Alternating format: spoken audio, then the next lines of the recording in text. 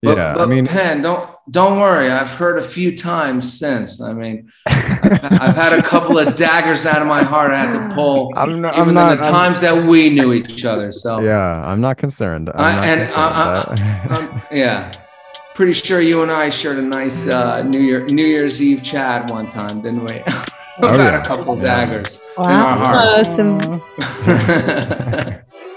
This is Pod Crushed. the podcast that takes the sting out of rejection, one crushing middle school story at a time. And where guests share their teenage memories, both meaningful and mortifying. All right. Sebastian, do you know anything about this podcast? Should we brief you a little bit? I don't. I didn't know Penn did a podcast, but Well, surely you knew before you would get, did you straight up not know I was on? I just know you. You know what you were That's all I know. here today. Yeah, I don't know that I knew this. I knew a little bit of your background when we first met and we were hanging out in old New York City days.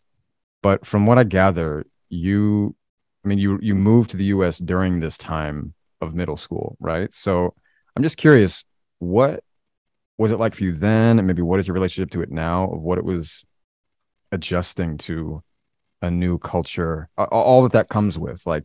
Well, all the first thing that I remember the most when you say that are Jenkos. Do you remember The jeans? JNCO jeans? Yes. The big wide leg, Like the right? Yeah, the wide leg, the big pockets in the back. I mean, we're going back to width in fashion currently. Mhm. I think, or so the experts that tell me what I should wear on things are saying. But anyway, back then I remember that a lot. And then I remember music comes to mind a lot, like having to discover music, and MTV was still going on. And I remember always watching that when I came home from school, and Green Day. I was a big Green Day fan, like Tool and Offspring. Like those bands. And then but it was a little weird because I came to the US when I was 12. It was 95, and it took a second to kind of acclimate. I mean, I always felt kind of behind in a lot of ways of like what was cool, I guess. You remember American Pie? I mean, the movie, yeah, of course. Yes, there's only the movie, yeah. So I remember there was a scene when I watched American Pie, the movie, and they were like fucking with the foreign exchange student or something. They were like, "Say this," and that kind of happened to me. Like, Really? I remember when I was still kind of like figuring out what I would say. I remember I remember definitely learning interesting words in the English language that I didn't know about, because that's what kids did, right? Like it was it's such a weird time when you're a teenager. I mean, I can't even imagine being a teenager now, but it was an interesting time. I heard you say in an interview, Sebastian, that because you were learning English at that time when you moved to America, and the acting kind of gave you this nice respite, because in the rest of your life, it was feeling kind of like you didn't know what to do, what to say, you were learning the language. But then in acting, you had somebody just tell you, do this, be this way, say this thing. Is that true? Yeah, well, I mean, I think because of the language barrier, like I wasn't like a very, I guess, confident kid. Like I wasn't engaging. I think that's so interesting. And I'm sure that I feel like a lot of kids, even if they're not learning English at the time or whatever language they're going to school in, I feel like that would resonate for a lot of kids around that time. I think I felt that way, at least. Like you're just watching everybody else trying to figure out what you're supposed to be doing, no matter what language you're speaking, I think. Yeah. Yeah. And then in the script, of course, everything is written for you. The only thing you can do spontaneously is how you feel, which is quite liberating, I think. I mean, it's a really, acting boiled down to its essence is a pretty profound thing. I mean, you don't always get there on camera necessarily, but I was also 12 when I was really digging into it, and but for me it was professional at that age. Sebastian, what You started when you were already working when you were that young? Oh yeah, man. So you moved to America. I moved to LA, which was like moving to the America of America, which is Right. I moved to I was working, I was being cast already. I mean, I had an agent, a manager, all that stuff. I had my SAG card when I was 12. Wow. Oh wow. Man. By the way, that's a huge thing, because I always used to remember when you were growing up, like you were like, you need 3 SAG, you need 3 extra, like if you're an extra. Yeah. It feels like another lifetime ago thinking about all that. And like, by the way, in 2000, I don't know if Penn remembers this, but I mean, I don't know why he would. Like, I remember seeing you at auditions in Los Angeles when it was probably 2006 or something. So this would have been right before Gossip Girl? Before Gossip Girl, for sure. Like, and you also had a crew cut then. I remember that very well. You were doing crew cuts back then. Crew? What do you mean? Do you mean I had buzzed it or crew? Yeah, you were. You didn't have like a shaved head, but you had a buzz. But buzz tight. Yeah, it's because I had long hair all through my teens, and then Yeah, but I remember seeing you like in LA when we were doing pilot season, and like kind of like a weird, like some Warner Brothers like, network test or something. Camp. Warner Brothers camp. Yeah, Warner Brothers camp. So wait, that's interesting. Funny, it's just weird. I don't. I mean, you're so memorable. I don't remember you. Well, when you used to go to auditions, like I'll say this, like I feel like I don't know, like you either were you a person that like just was like, I'm gonna ignore everyone that's here and just focus on my thing and then pay attention. I happen to always kind of like, I was like, for some reason, so freaked out by everyone else that I was like, I might as well just pay attention to what's going on. And so that maybe, I don't know, but some people are very like, no one's going to buy it, to be honest, from what I recall from that time, man, I'd been doing it already for 10 years. So I was about to, in my mind, I was about to check out. I was like, all right. Yeah. I'd been on like 4 failed series. I was honestly thinking about just playing music and getting a job as a waiter as Gossip Girl came around. And so that I was pretty disillusioned with especially the audition process. Auditions for me then, and they continue now when I do have them, it's my least favorite part of the entire apparatus of what we do. And there's a lot to what we do that can be less than what you want to do, and auditioning. I think there was a stage where I know that when I went in, I didn't want to see people this way. I'm actually not an inherently competitive person, but I saw everyone just as competition, as like just, it's so terrifying. It's just worst. Like it really is actually like the worst, because all you're doing is looking at every other guy there who's literally made to be like you, because you're all going for the same role, and it's like, oh, that's not what I'm like. Yep, he's like that, not like me. It's cool. Or it's like, then you go the opposite, where you're like, I'll just be friends with everyone. And then, and then it won't feel as bad if like one of them will get it, I mean, it's just, anyway, sorry. I went off topic. No. I mean, I like hearing that. But what got you in acting? Like how did that ever become even an interesting option or hobby or whatever? Well, I was very lucky. I had my mom who was always very supportive. And then even when I was in Europe, she would take me to these like cattle call auditions when I was younger. And she just always sort of thought that would be something I'd want to do. But I booked this one tiny job that really was not a great experience. It was like this weird Michael Haneke like TV show in Austria, and I just had like one scene in one episode or whatever, and I just remember waiting all night long to like, and I must have been 10, and I just hated it. And then after that, she just sort of like kind of like backed off and said, okay, forget it, like, you need to do what you really want to do. And then it wasn't really until I was like 13, 14 in high school, I was and I went to a small high school. So like we didn't have a lot of kids to, play sports and then like do theater and all that. Like everybody was encouraged to do everything. So I ended up through a friend, kind of like trying out for the school play. And then that was fun. And then I went to like this acting camp, Stage Door Manor. And then that really kind of like became fun, that was like, and by that point I was 15. So it was all in high school, basically, but it happened pretty early. But did you ever have dreams of doing something different? Could there have been a different path for you? Oh yeah. I loved astronomy and like space and I still to this day like get very weepy about space travel and stuff. Like beautiful. I used to, I don't know why, I just thought I got such a kick out of it. Like there's a trilogy of books that I was like, I remember being obsessed with. It was like Red Planet, Blue Planet, Green Planet. It was all about like how humans were going to colonize Mars.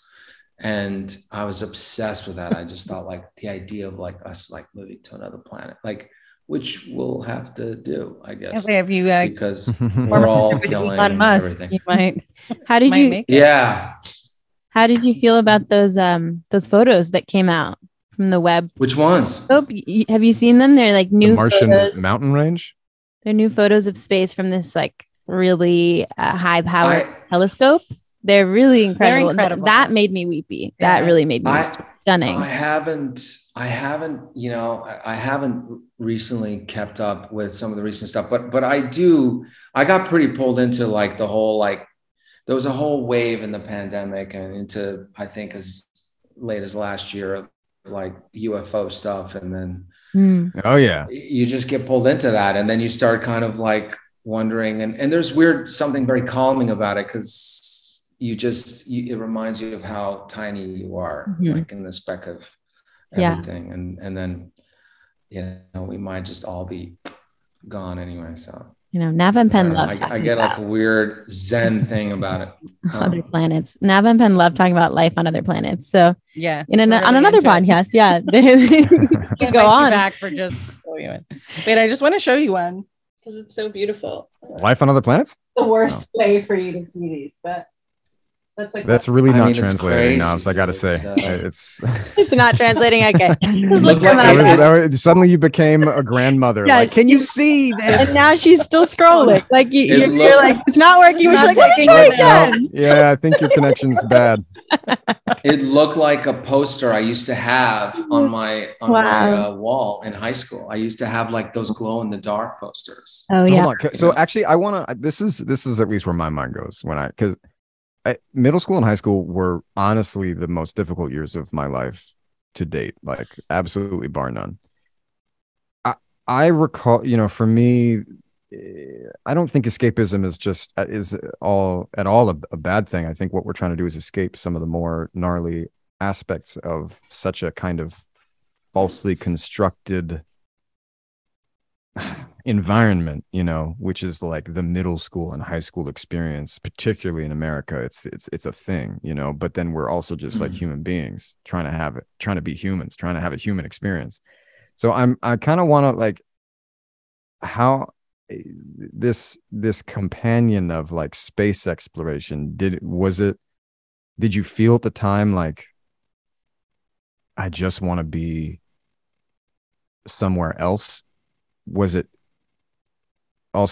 like, how much do you feel now reflecting like it's like a love throughout life? How much do you feel like it's in some ways a coping mechanism? You know what I mean? And they're not separate. Like I think these things are deeply interconnected, but like, yeah, I mean, I don't know, like maybe on a subconscious level, that was a way of, because I just think you're too young. I mean, I was certainly too young to kind of like make connections like that, but I definitely absolutely like high school who I grew up with in those years was the headmaster of the school. So like wow. I really was pretty screwed because because no one would ever hang out with me. Like I had like 4 friends. One was a Boston exchange student. Then it was my friend Vincent. Like I had a couple friends, like, but I was sort of a kryptonite, I was because the headmaster's kid, you just didn't want to. Wow. So I didn't really, I didn't really, not until much later in America. Yeah. Mm-hmm. Rockland County, New York, right? Like 45 minutes across from the city. Wow. Oh, so that's like New Nyack. Yes. Right? Nyack was where I lived for a couple of years. Oh, so how long did you live there? I was there. So I was in New City, Suffern, and Nyack. And you're in Suffern. Yeah. And Nyack, I was in probably the on and off like senior year and then of high school. Yeah. And junior. But but it was just that whole area. That's what the whole area we played in basketball and we competed with them in the debate team. So we did everything with that whole area. You did debate. I didn't do debate. I did forensics. Oh, it's even more common. Is it? Like no. Forensics is no, it's not at all. It's like Law and Order. Like that's what I mean. Like I didn't know they offered that. That's pretty cool. But forensics for us were like monologues of like different, like it'd be like a theater competition for some reason. I don't know why. So we would do that with the other schools. But I also had 120 kids in my high school. So like. Wow. My grade was 12 people.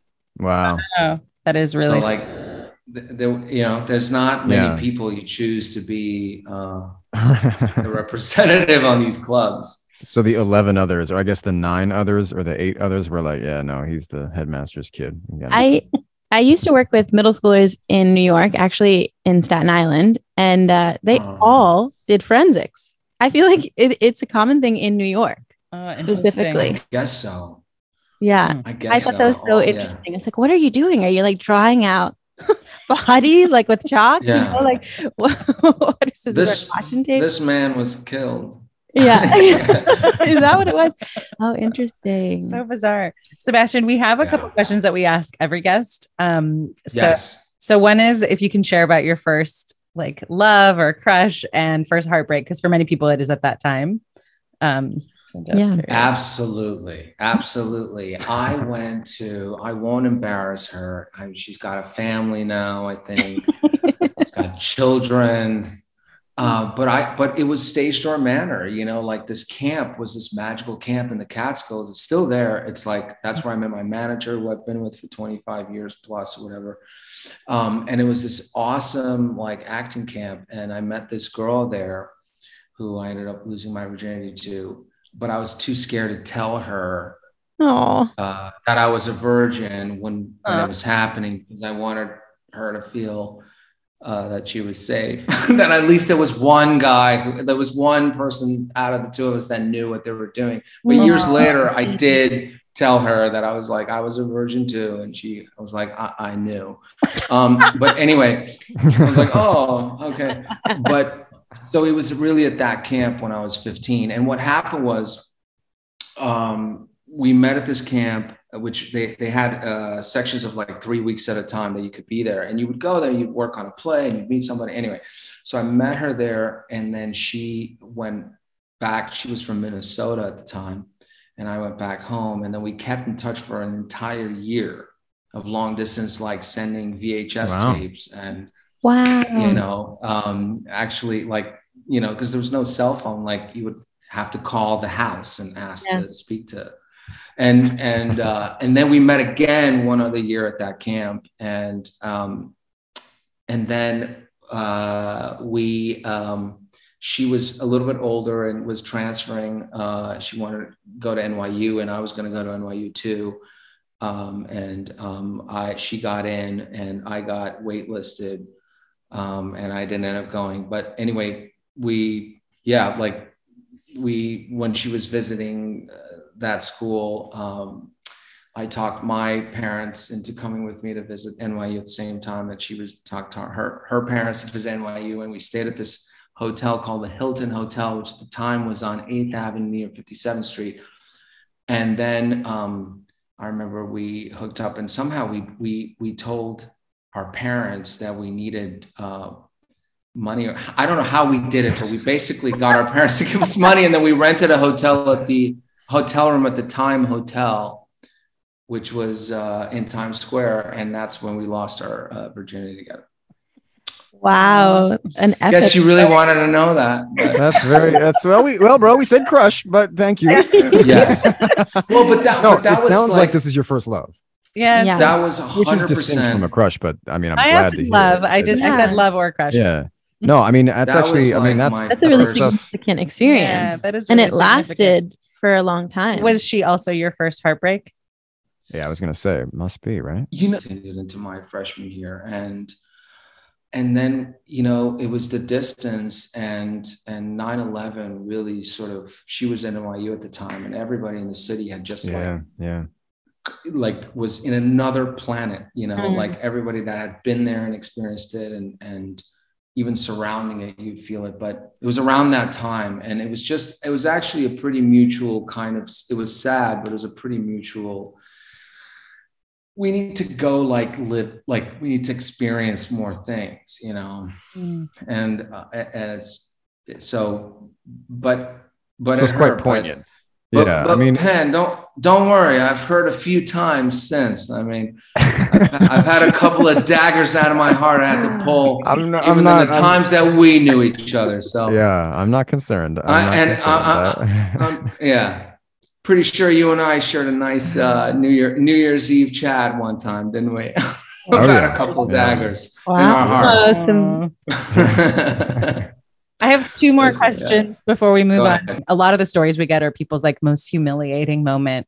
So you don't have to tell us your most humiliating, but an embarrassing story from your youth, if you remember any, if you've had any. Oh my God. If you've had any. No, there were definitely a few. There's one that's very long. I mean, I'm trying to think of a. It can be long, Sebastian. We're happy to. I mean, I've had a couple of embarrassing moments. Like I used to work at a movie theater, right? Like my junior and senior year of high school, I worked at this movie theater in Nyack.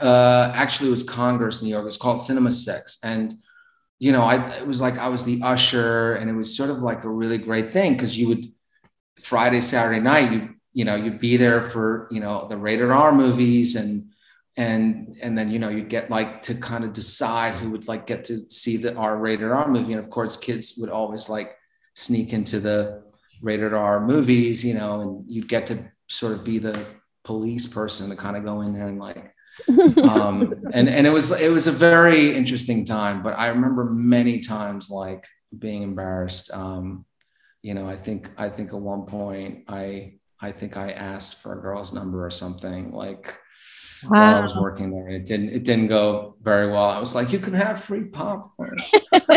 You're like, You're bartering. Are you still in touch with that time? Are you still in touch with anyone from that time? Are you still hang out? Yeah, a couple people from high school. Yeah, a couple people I managed to stay in touch with, but it's hard. You just you go different ways, but it's always nice to be reminded of how silly, we all are ultimately. It really is. It actually is. Because there's something about particularly our careers that I find that what I feel like I'm finally recalling in my mid-30s from which was, I don't know that it was lost fully at that time, but it at least, was sort of put on pause, was I just always felt, and I think mostly all adolescents and teenagers feel this way, is this compulsion to be older. You really feel like you need to mature. I mean, even as you said before, you're trying to tell your girlfriend that you're not a virgin because somehow we all feel that we need to be in more control than we are. We need, we're constantly making these projections because we're actually all so kind of sweet and silly and insecure on the inside to a degree. And there's just, I just there's not a lot of acceptance in young people of hey, this is actually a nice time to be that way. You have plenty of the rest of life to be quite serious and do your taxes and raise children if and it's a bit of a it's a curiosity I think we're exploring on this show, is like what characterizes this time of life and why can it be so uniquely painful, and yet we always remember it with such, I mean, like syrupy sweet nostalgia, even though it often at the time is like all you wanted was to just get on with it, you know? Well, I think it's a really, and again, looking at today's world, I mean, you know, with social media, it's like, it must be so confusing. If you're a teenager, it must be so confusing because we are you know, especially middle school, high school, you're already looking at your peers for acceptance and you're looking at them for guidance. And you're afraid, like you said, to sort of own your own truth because you feel like you're going to be backed into a corner. You're going to be, you know, cast out. You're going to be, and now you've got this sort of social media thing, which must be so confusing for people because how often it conflicts with how they really feel. And yet they're at war with feeling like they can express how they really feel because they're going to be attacked by the masses or someone saying that this is what's trendy now, or this is what's the right thing now. And it's like, I think you know, I feel like we don't, it's going to get a little sad when I say this, I think, but I get a little sad. I get a little worried, like consumerism and America, you know, capitalizes so much on this particular age group for so many things, you know, because it's such a, so if you're a teenager and you're listening to this, like I would say, like, count yourself and give yourself more credit here. Like everyone's after you in some way, like, like to sell you something, to take over what you want. Cause you're passionate. You're young enough at that point where you're going like, I feel this. And then tomorrow you might feel differently. And then it's emotions and you're going up and down. You're trying to understand what they are. And then like, you've got all these things kind of trying to capitalize on that. And that makes me kind of sad. Cause it's like, I mean, you know, if you think about having kids one day, you want to be able to like steer them the right way. And when they get to that age group, you fear that it's like, oh my God, they're going to have to just, you know, navigate over these hoops that society's throwing at them nonstop. Yeah. Yeah. Do you feel, oh, sorry, go ahead. I would say that really resonates, Sebastian. I'm really grateful that you shared that perspective. I was just thinking yesterday, I like finally got on TikTok. I haven't had it for all this time. And I was like, you know, scrolling, whatever. And I just felt really sad. Like I was just thinking about all the stimulation. Like I feel like in our society, there's no longer space for stillness. It's like stimulus. And young people themselves are like now the product, like they sometimes commodify themselves, I think, not knowing that that's what's happening. And, you know, these platforms sell your data to other companies. So like you are the commodity, like you are the product that's being sold. And there's like 12-year-olds on these platforms. Anyway, long rant, but I was. And now a word from our sponsor. TikTok. Yeah. Oh, it's true. I mean, I actually, by the way, I don't say this as like a weird like attention to myself, but I did turn 40 like last week, and it's interesting. Hey, congratulations. No, I was actually when you mentioned 9/11, I was like, damn, how old's that? Yeah. No. 40. And so it's like, it's interesting when you're 40, you start to kind of like, you know, you I mean, it's like all the way the last couple of years, you just, the bullshit really starts to kind of drain out, and you go and you're like, now I kind of get to sort of start over in a lot of ways, or you say that to yourself, so it's interesting what you're saying. Cause I one of the things I said to myself, I was like, you know, I basically have limited now. I maybe open Instagram like once, twice a week at this point.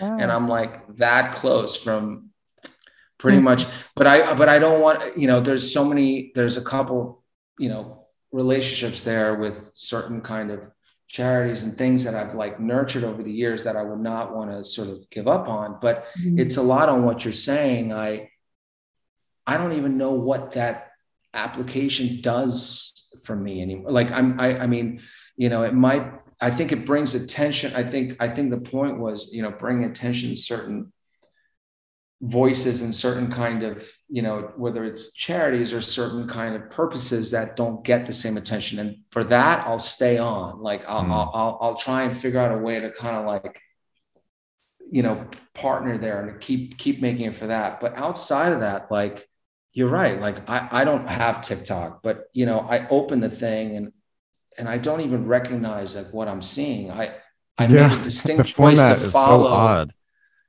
I made a distinct choice to follow certain things so that I could get something from it, but I don't even see what I'm following anymore. I don't even see my friends anymore on there because it's mostly sort of like a weird feed or whatever that I don't recognize. And then, it just ends up being sort of a waste of time. I see what you're saying. At first I thought you were saying, like, when I don't have TikTok, so when I get a link to a TikTok that I watch every now and then, it's like a format that I'm very unfamiliar with, which is what I thought you were saying. But so you're saying that like you're able to follow some things, but at this point you don't even have your own curated feed. You have a feed that's curated. No, I don't even know what I'm looking at anymore. Like, and then I sort of go, like I find that, it's sort of misleading in a lot of ways and sort of, it's like, I constantly go like, where's the good and the bad and how much does it, weigh the other? And again, the only thing that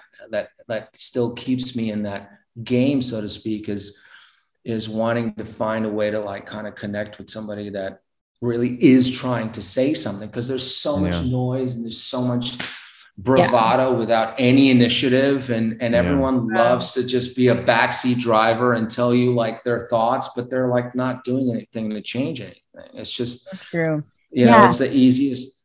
And that's the only fear I have. It's like where it comes to like sort of like the teenage mind, it's just, people have to be really careful. I just read somewhere that there was these lawsuits, like because there's the suicide rate and there's all these things like parents are afraid of. And I'm not surprised, because I don't think these companies are really factoring any of that in. No, I mean, no, we know they don't care about we you. know that they're not. We know they're not. We know that their profit is their motive. Like that's an objective truth that we have to just contend with. But it's like, let's say, for example, you've got something, you're getting behind this cause, you're getting behind this thing, you're trying to get that out there, right? Like you're trying to, how will I even know if I'm like, that's my point now, right? At some point I was following you, so I would get that from you. But now if I go on there and I don't even see what you are putting out there and I'm looking for it because I'm stuck following all these things, then what's the point of it? Yeah. Yeah. Well, yeah, I hear you. I mean, on like a practical level, there's 2 pages on TikTok. There's a following page and a For You page. So just swipe over. And I'm not on TikTok. So you're right. Okay. No, you're right about Instagram. I think that's a gripe that a lot of people have, is like they follow specific people and they're not being shown those people. And so what's the point? I 100% agree with you. I think that's actually a really big problem that has been talked about. That were called 1 Minute Man. And anyway, we never got any credit for that.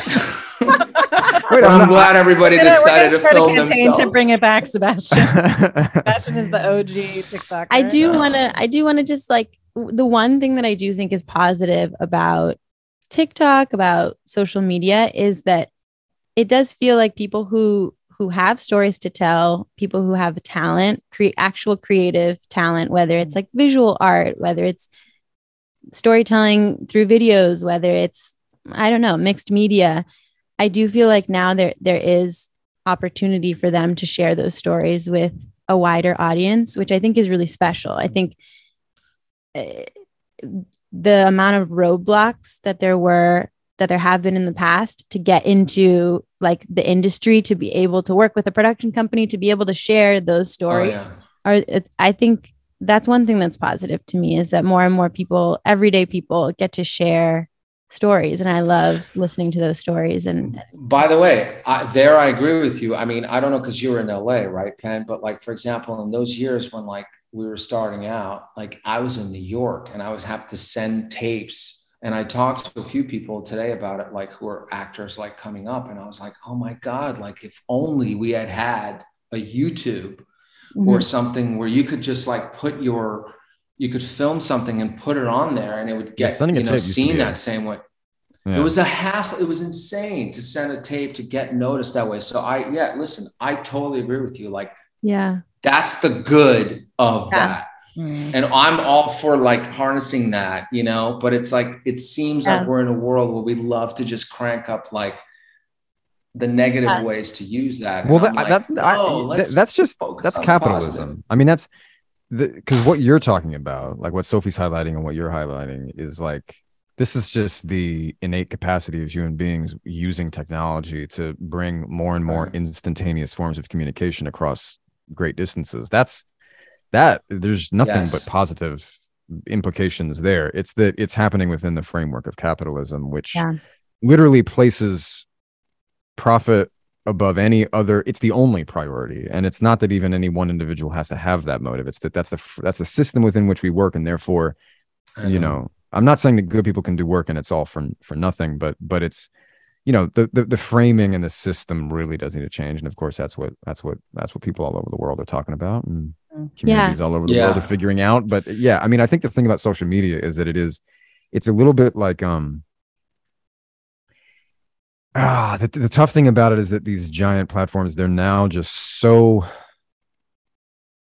they're fully within the claws of capitalism, and it's sort of like this profit-driven death spiral. So these platforms, which even just 5 years ago, but especially like 10 years ago, there was so much more, I don't know, like variation and diversity of like expression. I feel like now, you know, the irony is that memes are almost like the freest form of communication on social media. You know, it's like, even though there's something universal about that brand of humor, memes are like, I feel like memes are humans always finding ways to retain their humanity within like a sort of mental prison. I think it's maybe it's a bit of a hot take, but I'll go ahead and say it. Well, I think I know what you mean. I was just thinking. I think I know what I mean as well. I definitely don't. Yeah. Sebastian, really? We can spend more time on this just after. No, let's move on. I want to hear about your career as well. So maybe. But just really quick, Australia, when she was like a preteen, as a refugee, and she was telling me that she watched this one movie over and over again because it's about this Italian girl who moved to Australia, and that was the closest thing for her. Like it's a completely different experience, but it was the closest thing for her to her own experience. It was the first piece of media she had seen where there was a girl who was not from Australia, trying to navigate being in Australia. And I was just thinking, like, how sad that that's the only piece of media that you had, and still how much of an impact it had on her. And how today I do think there are more and more stories for young people that reflect their own niche experiences. You know, like there is a Muslim girl wearing a hijab on TikTok who's hilarious, telling her story. You know, there's many of them telling their stories, and there are many more opportunities for people to connect with those stories, no matter how niche their experience is. You know, they don't have to be white. They don't have to be straight. They don't have to be whatever, list all the, you know, the majority groups. But yeah, I think that's something that is really special that we can't miss out on, you know. I think also not that I need to have the final word, but probably but go ahead and take it. I just want to say one thing. I think like the way that people use it, like part of the ways that people use it can be really positive. The challenge is that the platforms are based on an addiction model. I mean, that's like studied, proven. I think I've probably even mentioned this on a previous episode. There was like a week where Instagram, which is owned by Meta, Facebook, had they had like received the results of a long longitudinal study of the impacts of the platform on young people. And it was basically, I don't remember the exact details, so we'll have to fact check this, but it was like if young people spent more than an hour or 2 hours a day, it had very real consequences on their mental health. It was proven that it was damaging. And that same week, Instagram had an internal mandate to try to keep young people on the platform for like 3 hours a day. And so like they knew that would cause mental health issues, and they were like losing young people to TikTok. So they had an internal mandate to like, how do we keep them on longer? So to me, that's evil. That's just like plain evil. Like you have the information and you're doing something really evil with it because you need money, you know? And so it's an addiction model. It's need money. You want money. Want money. So there are wonderful things happening on the platform, and the creators of the platform are making you addicted. Yes, yes. I'm glad you said that. I think as long as we're aware, it's like, that's all. I think we just have to keep being aware of all the pros and cons and kind of like be able to make decisions from that. Like maybe that's, especially like you're talking about these teenage years, like they're so incredible in a way. And I actually feel like when you're a teenager, you don't get to enjoy them, right? Because you're too stressed trying to kind of take in, you're getting narratives, you're seeing stories, someone saying this is cool, this is that. And it's like this wonderful time deep down where you get to really find out about yourself and what you want, what you like. And I guess that's the end of the goal is, hopefully these, kids can learn to keep doing that without, and still just like, kind of stay cautious. Like if you feel like an instinct is not, completely landing, like, it's okay. Like you don't have to always agree with everything. So anyway, but we didn't have this growing up then. No, I mean, well, wait, what do you mean we didn't have this? Have what? Have which aspect? We didn't grow up with social media. We didn't have. Oh yeah. Yeah. No, I mean, I really, my stepson is 13 and I just very conscious of it. And, it's interesting being a parent of someone that age because, and a resilience that somehow also characterizes this period where it can be so tough, but you almost like don't have anything else to compare it to. So you're just kind of like, you're in the trenches of it, you're in the weeds of it, the aspects of it that are hard, and you kind of just like get by better than maybe adults would be faring with that level of, I don't know, like volatility. I see kids that age as being quite brave. And as you said before, by the way, the background here on Nava and Sophie. Sophie used to be a 5th grade teacher. Nava used to be a middle school director, and then also worked at the UN researching the effects of media on youth as one aspect of her work. So that's part of why they're here. So that I'm not just rambling about no, that's great nonsense. But this time, it's like there is kind of a target on their chests and their minds, like, and I say that because it's like, it's, you were saying before, if anybody this age is listening to this, it's a time that requires courage, and just being is courageous. Being, wow, I'm going to say something like being yourself is courageous, but it actually, I mean, it is. And social media is such a further invitation to conform to some other sense. I mean, we were talking a second ago about what it feels like to be, 17, 18, 19, 20, 21, 30 years old in an audition. I feel like you're taken right back there. You're taken right back to feeling like, oh, I'm not enough. I need to be more like that dude. It's like living inside a social media room. To go back to what was said earlier, let me tell you, if I booked more jobs off of tapes than I did in the room. Did you really? So if I'd had YouTube, so there you go. Like I'm just saying, YouTube. Maybe you would be like starring in Marvel franchises. You and would being be nominated like for Emmys. And you'd be like nominated. starring alongside Julianne Moore in one thing, and you really would have a career, man. I really would. But you missed that boat. You missed that boat. Wait, so now that we're on this topic, Sebastian, I was telling Penn and Sophie that I took a generous amount of work time this week to watch a lot of your like films to sort of prepare. So I watched Fresh, Beginnings and Endings. Is that what with Shailene? Oh yeah. And I watched Pam and Tommy. Like I watched the series. And I was telling them that you, I mean, who am I to like give you a compliment? Everybody knows that you're incredible, but you are such a chameleon. That's what I couldn't get over. It was like, you didn't feel like the same person in each film. You like, I felt like you were really lost in each role.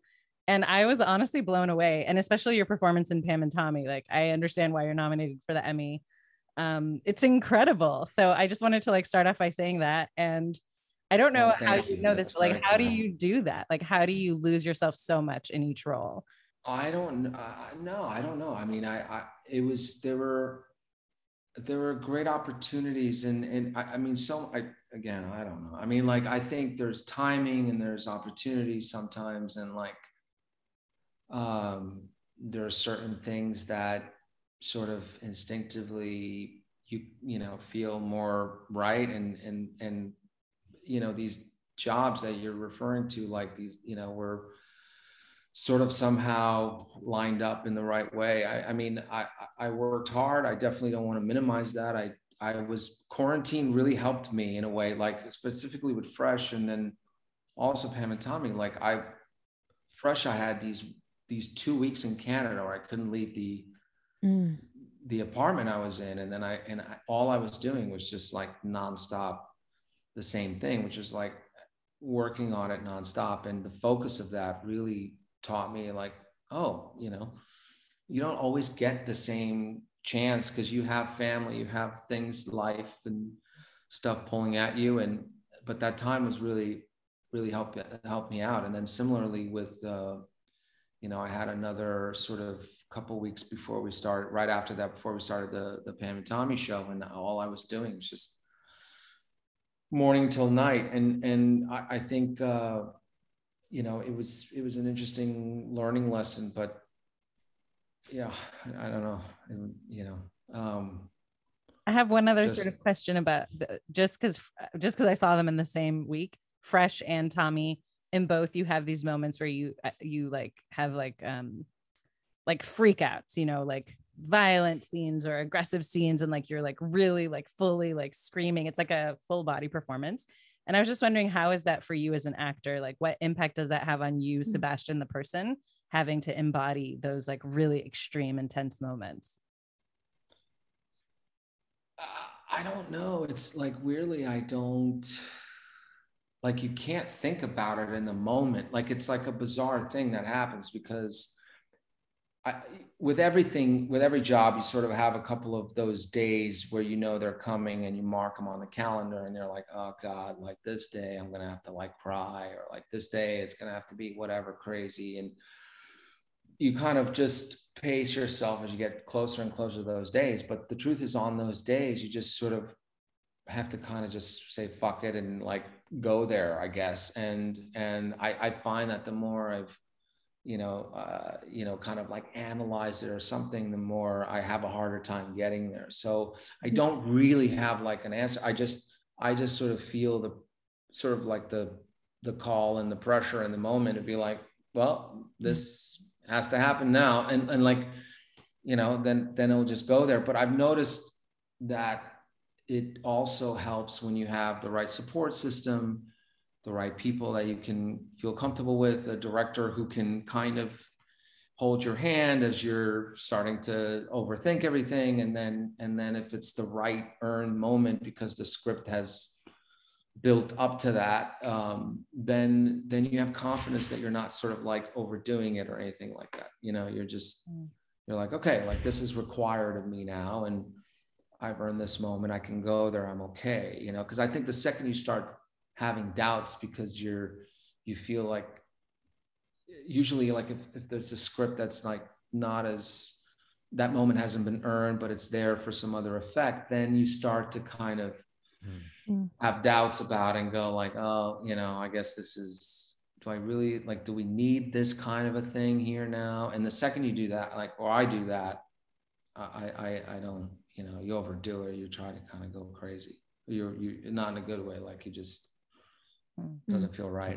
Does it stir up any feelings inside? Like, I read a quote where Lily James was saying that scene where all the lawyers in the room are like disregarding her and being rude to her, that the person had a hard time distinguishing it. Like, her body didn't know the difference between like Pam and Lily. And I was just wondering, as like playing an aggressor, and I've asked Pam this question privately, like playing an aggressor, does your body know the difference? Like, does that stir up any feelings for you? I think you asked on another podcast, but that's okay. By the way, yeah, actually, we were, privately. You know, with, I was like, I was there. Fresh, sure. with Fresh, in a lot of ways, we were, you know, I remember I was looking at your show and like thinking, because again. And I felt like, you know, you've explored all those sort of complexities of someone who has these obsessive tendencies. But I would say that your nervous system ultimately doesn't really know, like, no. That's, you know, it's just reacting. And, you know, I think that's why you always sort of have to, you know, there's a bird's eye view of the situation that has to be there to be like, you know, it's like meditating. I don't know if anybody meditates here or whatever, but like, you meditate, they say, you know, you're watching yourself in the experience. And I think there has to be something like that so that you can still measure it out. Because otherwise it just becomes like all over the place. Yeah, it's very mercurial. That's a word I use for it. It's just, I don't think any actor can ever name much of what's happening. It's a strange process in that way. Yeah. But you're right. It's like, it's this balance between somehow letting this nervous process take over you while having enough of a rational mind left over, an analytical mind to be. It's a very, very strange like threshold to straddle. And sometimes, you know, for multiple hours a day, you got to stay in this place because the scene requires it. You're shooting the scene all day. I'm in the middle of the sort of climax of my season right now. And I just feel like every day I go to work and I am expressing rage and misery. It's just like, it's just taxing on a physical level. I'm just like, really? Yeah. Yeah. But, you know, it's your family, like you kind of have to have those things that can always anchor you in a way.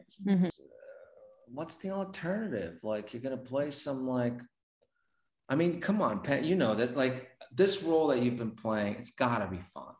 I mean, you're having a blast, right? Like right now. It's true. There's aspects of it that I get to do. Like, this isn't you in real life. Like, that's my point. Like, you're not like going home going like, oh my God, I can't wait to get up tomorrow and be a crazy fucking, like, it's just, but it's like, you're like, it's interesting. You're constantly exploring some aspect of psychology. You're constantly exploring. Yeah, I think the way you put it is the right way to put it. Like, you have to understand whatever the reality, as tenuous a grasp of reality that the circumstances might be there, you have to find the reality in it, and you have to figure out how to get there. And that is at the end of the day, I would say it's more than fun. It's like, it's really worthwhile to do, you know? Yeah. Well, I also probably it's about empathy. Like, it's an exercise in empathy, and maybe not for Penn's role, like a serial killer. I don't think you need to find empathy with them, but like somebody who. Why not?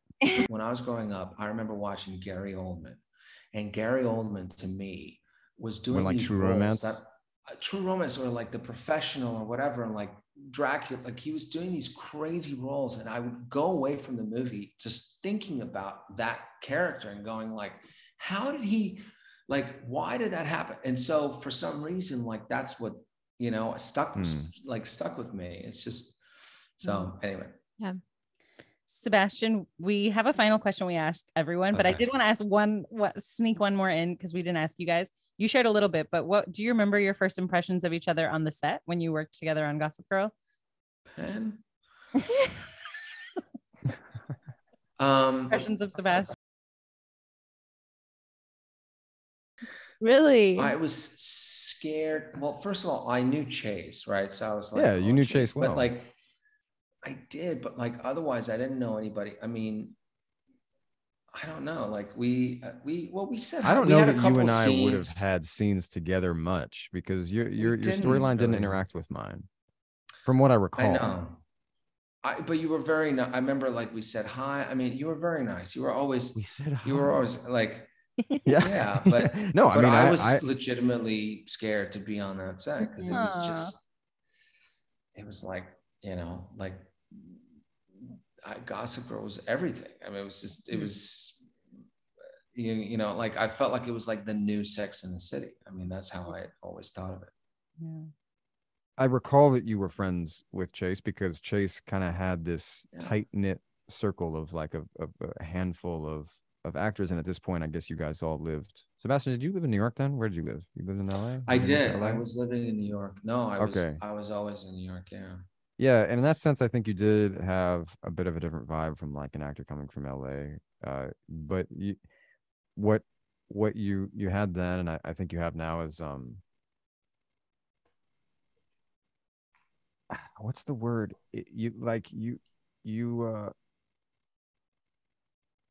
You tend towards a self-deprecation that was very charming, because like you're like a very tall, handsome, talented individual, which are those markers that we just see being like, this should equal confidence, but you had a different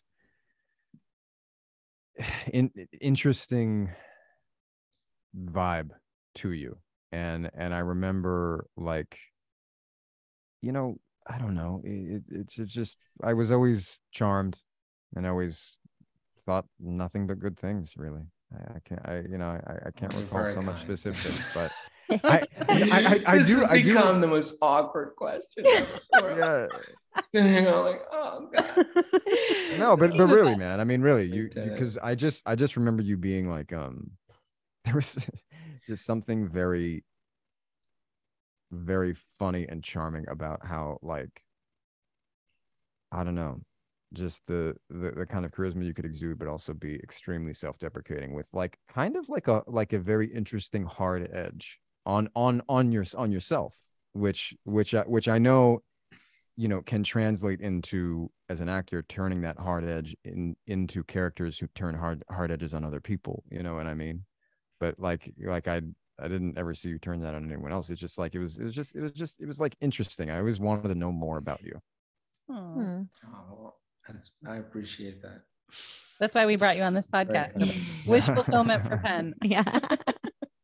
All right, we have a final question. Penn, do you want to ask it? Yeah. If you could go back and do something, give one piece of advice, say or do anything for 12-year-old Sebastian, what would it be? It's always about self-doubt, right? Like, I think, and that's sort of some of the stuff we were covering today, like around that age and stuff. Like, it's so easy to kind of get lost and doubt yourself. Like, and I guess there are many things I doubted myself on and tortured myself to no end for, that I later on realized I didn't have to. And I guess, like, if anything I would pass on would be, I guess maybe, to ask yourself whether this here problem is really a problem, and or is it just, it's okay, like maybe you are just the way you are, and that's okay, and that doesn't have to be like everybody else, and trust in that, and don't try to do what everyone does. Like, I heard this great thing recently on a podcast. Won't go on for a long time. I forgot what the podcast is, but did you know this? That no. It's like NPR or something, whatever. And anyway, it was like, it talks about like the difference between cows and bulls in a storm. And apparently cows run away from the storm, but bulls actually charge into it. And I just was like, that's it. Like, be a fucking bull, like charge into it. Like, you have to charge into the storm. Don't run away from it, because it's coming anyway. So you might as well get into it sooner than later, and then you'll figure out a way out. But it just, like, that's my thought, and I hope people can keep doing that. I don't know. I love that. Are those the only two options? Where's it? We get together with the other cows and figure out a way to handle the storm. To handle the storm. Yeah. No, I'm kidding. I'm messing with you. I think that's lovely. That's awesome. Yeah. Sebastian, this was so great. Thank you so much. Listen, thank you for having me. It's so nice to see you again, Penn. It's been a long time, but you look young as you always did. And you're and you're great, and you're a father now, and like it's really nice to see. Yeah. So, well, you look 40, bro. No, no, I'm kidding, man. I'm kidding. No, you look amazing. You're just, what's wrong with looking 40? If you did, there's absolutely nothing wrong with 40. 40 looks like Sebastian. It's we all want to be 40. The same. I know. But listen, yes, take like all the best and don't be a stranger. And so nice to meet you guys. So nice to meet you, Sebastian.